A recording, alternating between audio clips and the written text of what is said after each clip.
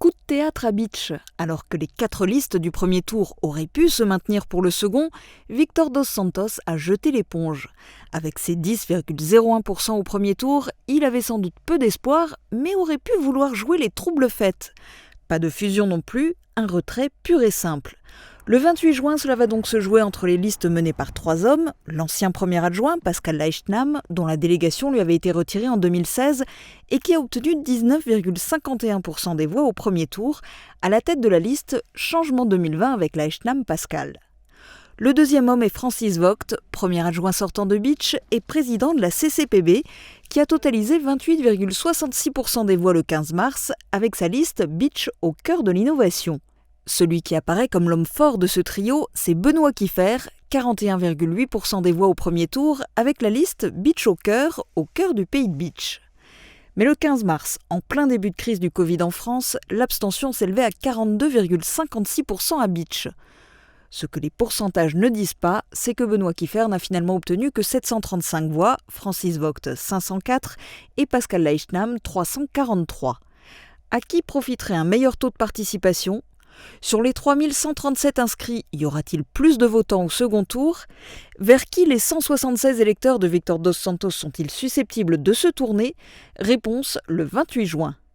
À Montbronne aussi, il y aura 3 listes, et là aussi toutes menées par des hommes. Le maire sortant, François Sido, plus connu sous le prénom Francis, brigue un 8e mandat. C'est le plus ancien maire de l'arrondissement, à la tête de Montbronne depuis 1977. Mais les électeurs semblent s'être lassés. Au premier tour, sa liste Ensemble passionnément s'est classée 3e avec 26,15% des voix. Le conseiller d'opposition, Charles Philippe, mène la liste Montbronne 2020, Prenons la main. 32,72% au premier tour.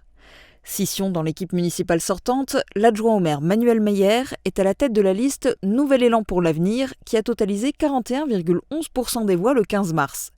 Pas de surprise à attendre à Montbronne du côté d'un éventuel sursaut de participation, il y avait déjà 79% de votants au premier tour. Dans l'arrondissement, Binain est la 3e et dernière commune de plus de 1000 habitants où il y aura un second tour. 3 listes étaient en lice le 15 mars et toutes les 3 auraient pu se maintenir pour le second tour, mais la conseillère sortante Blandine Muller, à la tête de la liste Ensemble pour l'avenir, 12,63%, a jeté l'éponge. Ce sera donc un face-à-face entre Jean-Luc Krebs, 37,5% des voix le 15 mars, et l'adjointe sortante Monique Ruff, qui est passée à 2 doigts d'être élue dès le premier tour avec 49,82% des voix. Pas de scrutin de liste dans les autres communes car moins de 1000 habitants. Des sièges ont déjà été pourvus au premier tour, mais les conseils municipaux de 9 communes de l'arrondissement ne sont pas encore complets. À Frauenberg et à Robbwiller, les électeurs se déplaceront pour élire le dernier conseiller. À Breidenbach, Aspelshit et Wieswiller, ils ne mettront que 2 noms dans l'enveloppe et 3 à Rallin. Il reste 5 sièges à pourvoir à Épin, à Kirwiller et à Schweyen. 3 communes qui ont un autre point commun, le maire sortant n'a pas été élu au premier tour. Ça s'est joué à quelques voix pour Joël Schwartz à Schweyen, ainsi que pour Jean-Louis Schütz à Épin. Des aveux en revanche pour Raymond Schneider à Kirwiller. Il a terminé dernier des 21 candidats avec 45% des voix tout de même. Et dans une commune où la participation a été très forte, 87,74% au premier tour. Ce sera aux électeurs de trancher. Rendez-vous le 28 juin à 20h sur Mosaïque Cristal pour les résultats du second tour des élections municipales.